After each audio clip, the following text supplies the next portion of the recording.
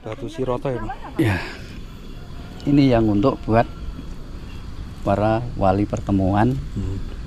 Itu nanti bisa lihat ke sana. Kamu di situ ya, Pak?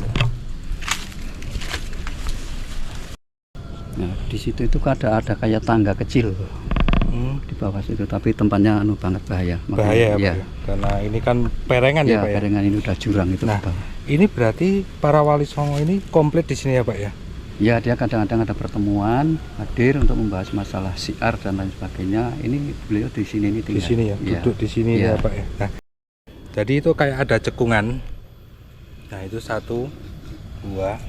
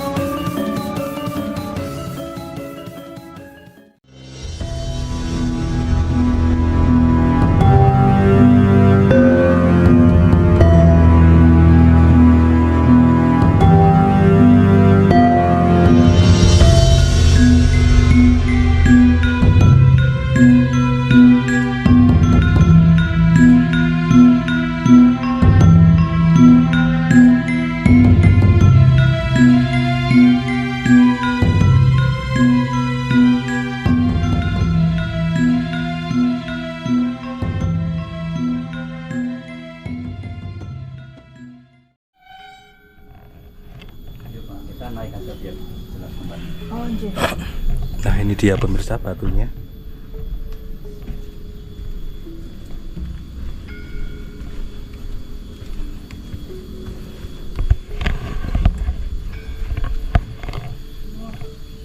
Ageng ya, Pak.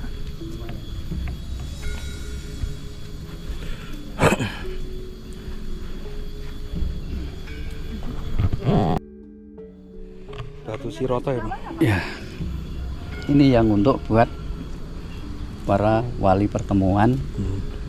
Itu nanti bisa lihat ke sana. Kamu di situ ya, Pak?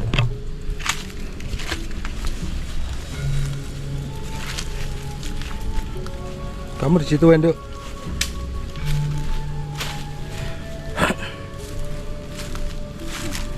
Ini kan bisa lihat tempatnya ini. Oh iya, Pak Ya. Oh iya. Ya, ini tingkatan-tingkatan beliau tadi. Nah, di situ itu ada kayak tangga kecil di bawah situ, tapi tempatnya banget bahaya. Bahaya ya, ya, Pak? Karena ini kan perengan ya, Pak ya? Perengan ini udah jurang itu. Nah, ini berarti para wali songo ini komplit di sini ya, Pak ya? Ya, dia kadang-kadang ada pertemuan, hadir untuk membahas masalah syiar dan lain sebagainya. Ini beliau di sini ini tinggal. Di sini ya, duduk di sini ya, Pak ya. Nah, pemirsa, ini di sini kan ada bekas tempat duduk para pertemuan para wali songo ya, pemirsa. Tapi di sini ada tingkatannya. Jadi itu kayak ada cekungan. Nah, itu 1, 2.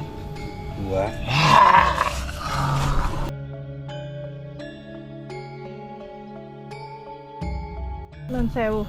Ini tadi kan kita habis melihat tempat batu pertemuan itu nggih, Pak. Mungkin bisa sedikit diceritakan, Pak. Ya, itu kita hanya mengambil sedikit sejarah bahwa dikala para wali Allah akan mengadakan kegiatan syiar, dakwah dan lain sebagainya. Ini di tempat sinilah untuk beliau pertemuan para wali untuk membahas masalah-masalah negara dan agama. Karena di waktu itu negara kita dalam keadaan kurang aman dan masyarakat pun masih banyak kurang imanannya. Di Purworejo ini untuk merubah semua umatnya untuk menyatu dan menyembah kepada Yang Kuasa, supaya kehidupan Purworejo bisa hidup yang bermartabat, berwibawa dan beriman. Itulah makanya Wali Songo itu waktu itu terus bekerja keras untuk syiar masalah ajaran Islam. Nun sewu, Pak. Berarti ini perkiraan tahun berapa nggih, Pak? Kalau Bapak Kalau menurut sejarah, karena itu kan sekitar era tahun 500-an. 500-an ya. Iya. 500-an. Saya tuh tadi waktu perjalanan ke sini tuh ada melihat ada tulisan Pendowo Pak ada. Nah itu tuh ada hubungannya atau dos pundi Pak? Kalau boleh Itu diceritakan. Pendowo itu kita ngambil istilahnya sejarah. Sebetulnya Pendowo itu Islam sebenarnya. Oh. Dibilang Pendowo itu sebenarnya Islam. Iya. Islam. Pendowo itu sebenarnya Islam. Kalau beliau yang memberikan penjelasan. Oh, Iya. bahasan. Iya. Nah, Pak, berarti kan ini kan termasuk apa ya? Ini tinggalan sejarahnya Iya. Pak. Ji. Iya. Terus kemudian apa? Dan di sini juga masih banyak yang ziarah ke sini juga Pak. Untuk Yaro juga terus masih banyak ya, karena ini kita mengenang sejarah beliau, bahwa ternyata di Purworejo itu ada ulama besar ya, yang perlu kita istilahnya selamatkan dan perlu kita jaga dan perlu kita istilahnya Lestarikan ya, Pak? lestarikan. Jangan sampai sejarah yang begitu besar itu tenggelam di makan waktu. Assalamualaikum warahmatullahi wabarakatuh. Rahayu, rahayu, rahayu. Pemirsa Wisata Nusantara, gimana kabarnya? Saat ini kami masih berada di wilayah Purworejo, di daerah Bagelen, Purworejo, Jawa Tengah. Tepatnya kita di Petilasan Sunan Geseng. Nah, kita pengen tahu nih, apa terkait dengan sejarah dari Petilasan Sunan Geseng ini.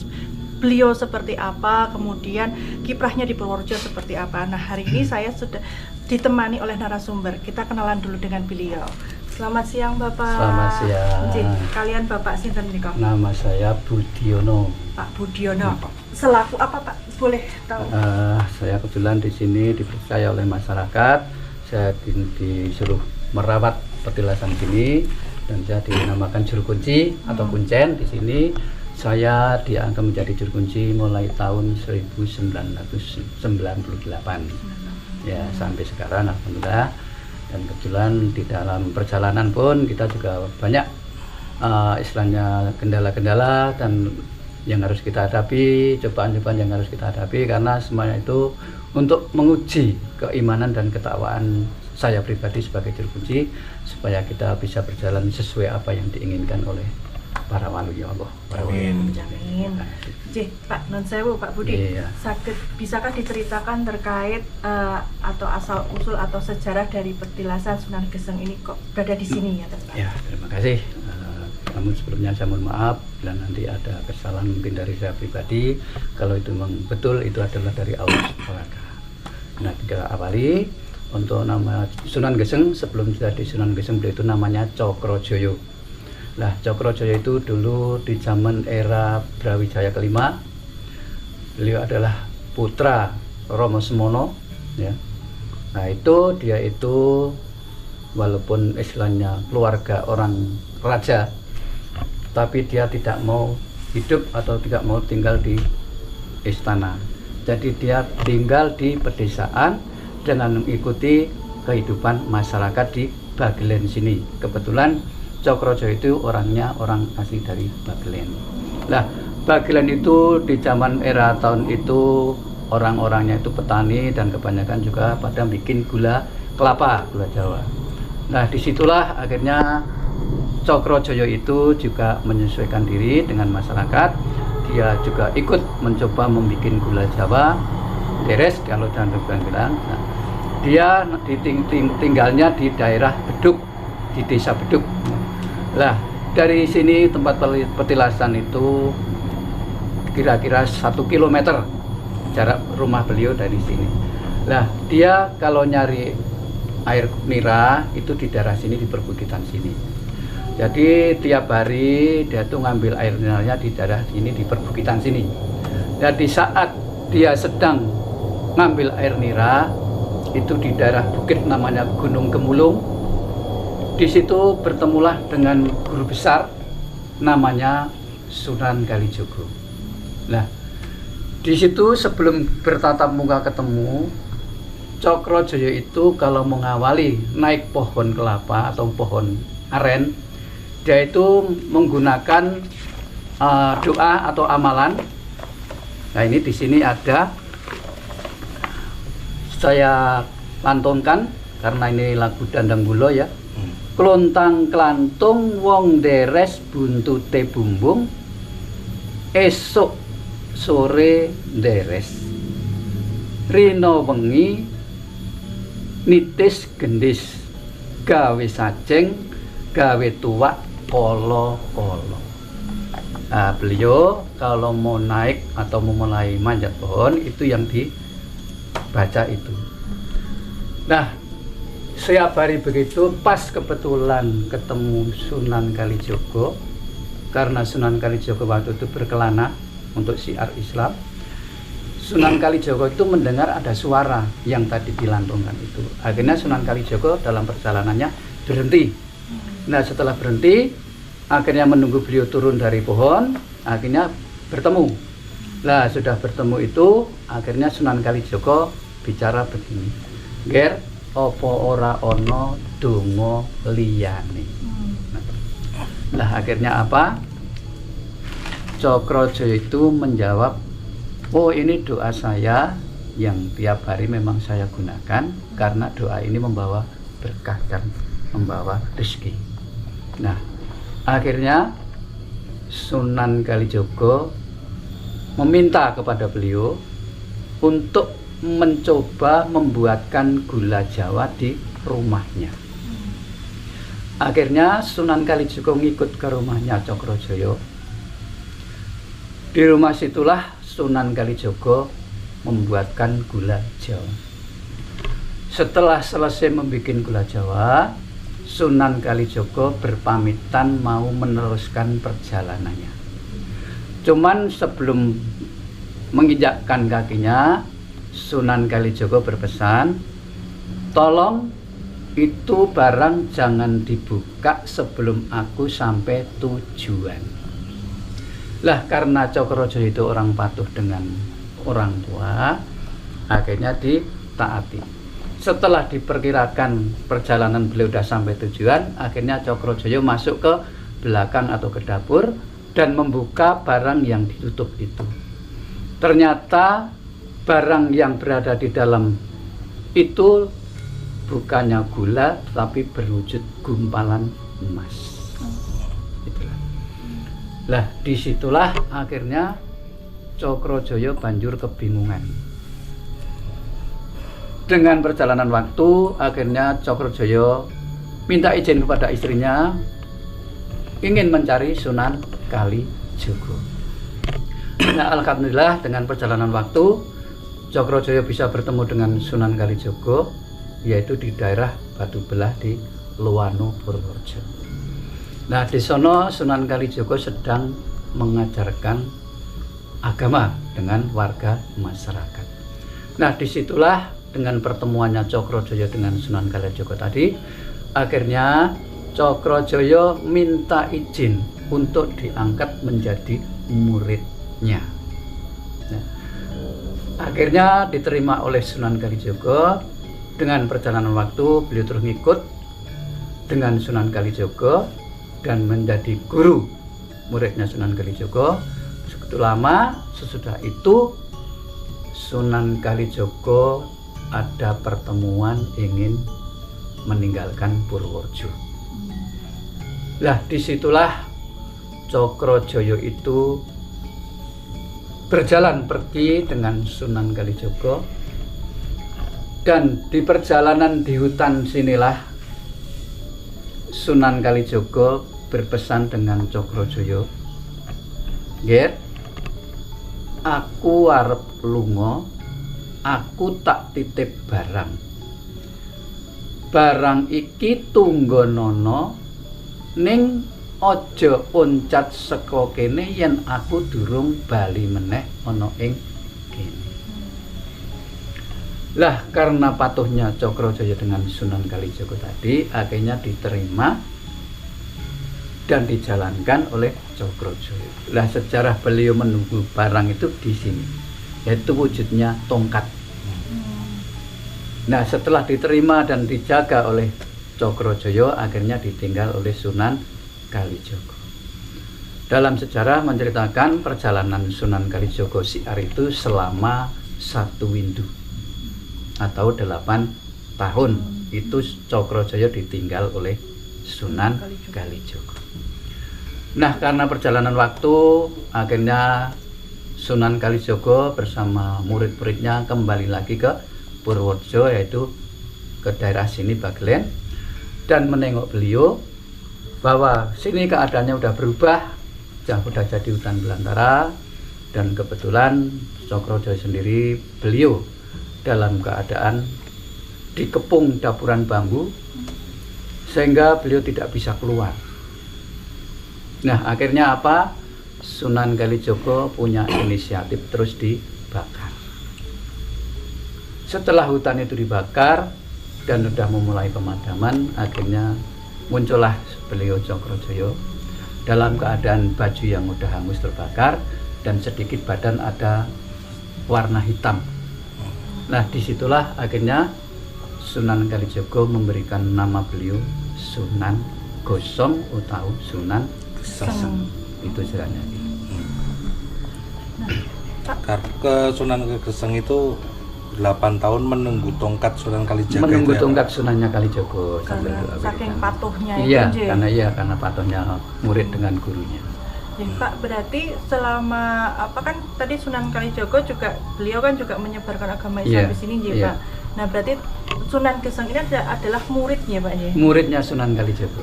Nah, selama beliau di sini setelah menjadi murid dan beliau tetap di sini, ya, Pak. Berarti aslinya memang asli Purworejo, ya, Pak. Asli Purworejo, ya. Nah, Pak, setelah Sunan Geseng ini berguru kepada Sunan Kalijaga, terus beliau ini Sunan Geseng ini juga turut menyebarkan agama Islam di sini atau seperti apa? Nah, Sunan Kalijaga itu akhirnya Sunan Geseng ikut beliau, dan dengan perjalanan waktu karena di sini juga sudah menyebarkan syiar Islam, terus dia mengikut bersama wali Sunan Wali Songo ke daerah Demak Bintoro itu untuk mengikut membuat masjid Demak Bintoro. Ya. Itu dalam sejarah beliau juga ikut di sono, dan kebetulan di sono beliau sebagai seksi konsumsi. Nah, karena zaman dulu itu belum ada namanya nasi atau apa, akhirnya dia hanya mencari daging binatang. Akhirnya dia pergi ke hutan, dan di hutan kebetulan menemukan binatang, dan binatang itu langsung dibeleh. Sesudah dibeleh dimasukkan ke dalam ros luas bambu, ya, dibawa pulang. Nah, di situ itu bambu itu langsung dimasak, yang di dalamnya ada dagingnya. Cuman di situ tuh anehnya, semua yang memakan daging itu semua merasa kenyang. Ya, itu semua mujizat dari Allah ya, kita enggak. Padahal tidak banyak dagingnya, Pak. Nah, setelah itu selesai ngikut membuat masjid Demak Bintoro, beliau minta izin untuk pulang ke Purworejo. Nah, dengan izin pulang ke Purworejo, dia juga diberi amanah dari Sunan Ampel, boleh pulang ke Purworejo, tapi saya nitip 2 barang. Akan tetapi nanti bila barang ini jatuh di mana saja, tolong kamu jangan melanjutkan perjalanan. Nah, beliau minta izin pulang ke Purworejo, itu dibawain barang batu dengan tatal bekas membuat tiang masjid. Yang Demak, ya. Dua dibawa dan dipesani, nanti kalau barang ini jatuh di mana saja, kamu jangan melanjutkan perjalanan. Akhirnya benar, itu perjalanan udah sampai di Magelang, di daerah Kleberan itu, barang itu jatuh di situ. Lah, karena beliau mendapat pesan atau amanah dari Sunan Ampel, akhirnya dia taati. Dia akhirnya berhenti dan istirahat di daerah situ sampai dia diterima oleh masyarakat situ, sampai dia mendirikan padepokan, sampai punya murid banyak untuk mengajarkan agama Islam, sampai beliau meninggal. Itu di Magelang. Ya, jadi itu ada sejarahnya. Nah, itu mungkin sejarahnya begitu. Pak, itu kan dulu Sunan Geseng menunggui tongkat Sunan Kalijaga, Pak. Ya. Dan setelah selesai menunggu, apakah tongkat Sunan Kalijaga ini dibawa kembali sama Sunan atau gimana Pak? Itu konon dibawa. Dibawa Pak. Ya, dibawa terus itu beliau dibawa ke Dadi di Bantul ada namanya sumur penguripan ya. Oh, penguripan iya Iya. betul Pak. Iya. Itu menurut sejarah itu dulu Cokrojoyo Sunan Geseng itu dimandikannya di sono. Jadi itu dulu masih kan di bukit ya. Iya. Jadi Sunan Kalijaga itu hanya menancapkan tongkatnya itu muncul mata air yang mungkin sampai sekarang itu dimanfaatkan oleh para orang-orang Warga, ya. ya yang dinamai sumur penguripan, sumber penghidupan. Itu sebenarnya sejarahnya Sunan Kalijaga waktu itu mau memandikan Cokrojoyo. Betul. Iya. Karena setelah itu selesai langsung dia ngikut syiar. Nah, terus di sana katanya juga ada kalen atau apa itu. Yang itu katanya dulu juga tongkatnya diseret lah itu. Itu Berubah akhirnya jadi ada- kalen ya, itu ya Pak. kalen itu. Ya, itu mujizat, semua mujizat ya karena Ya. Sunan Kalijaga benar-benar wali Allah yang dipilih oleh Allah Subhanahu wa taala. Ya. Pak Nun Sewu, saya terakhir mungkin dia. Itu kan tadi kan ada di batu itu kan ada cekungan-cekungan Iya, kan, iya. bekas Iya. lenggahan gitu Iya, ya iya, Pak. iya. Itu tuh berapa lama berarti ada pertemuannya itu Pak? Prosesnya. Itu mungkin karena sering digunakan untuk pertemuan. Karena kita nggak tahu namanya wali Allah itu umatnya Gusti Allah yang terpilih. Punya karomah Mungkin ya Pak punya karomah tersendiri, punya mujizat tersendiri. Lah disitulah nggak usah manusia, air pun bisa nembus batu. Kan begitu ya. ya. Ya, udah. Jadi, Ya, Pak, Bapak ada pesan-pesan nggak untuk pemirsa untuk ke depan ini, apalagi sejarah budaya Jawa, Nusantara, itu agar lestari itu seperti apa Pak? Monggo Pak. Ya kami mohon atau menghimbau kepada seluruh masyarakat semua pun dimanapun, karena sejarah Islam itu benar-benar sejarah yang diberikan oleh Tuhan dan kita pun semua menyatu kepada Allah karena ada pepatah nrimo ing pandum bisa njogo rasa. Lah teng niku kita harus bisa menjaga diri pribadi, menjaga nurani bahwa semua ini adalah pemberian Allah dan kita harus benar-benar menyatu kepada Allah.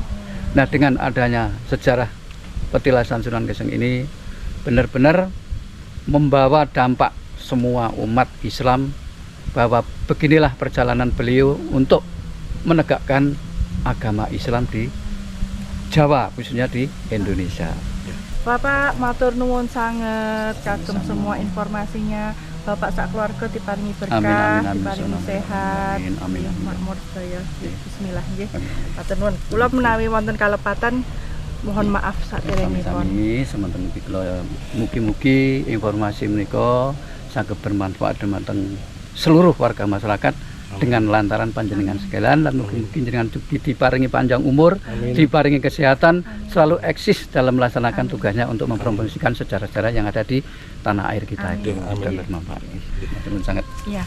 Pak matur nuwun pemirsa sudah bergabung kita hari ini dari Petilasan Sunan Geseng di wilayah Bagelen, Purworejo, Jawa Tengah, dan juga tadi kita juga sedikit mengulas terkait dengan batu menapa Pak Asman? Siroto. Batu Siroto di sini dan ada di sebelah sana. Tempat pertemuan Tempat para wali. pertemuan para wali. Nah, matur nuwun Bapak sekali lagi matur nuwun. Nah, ikuti terus perjalanan kita berikutnya. Matur nuwun. Wassalamualaikum. Rahayu, rahayu, rahayu.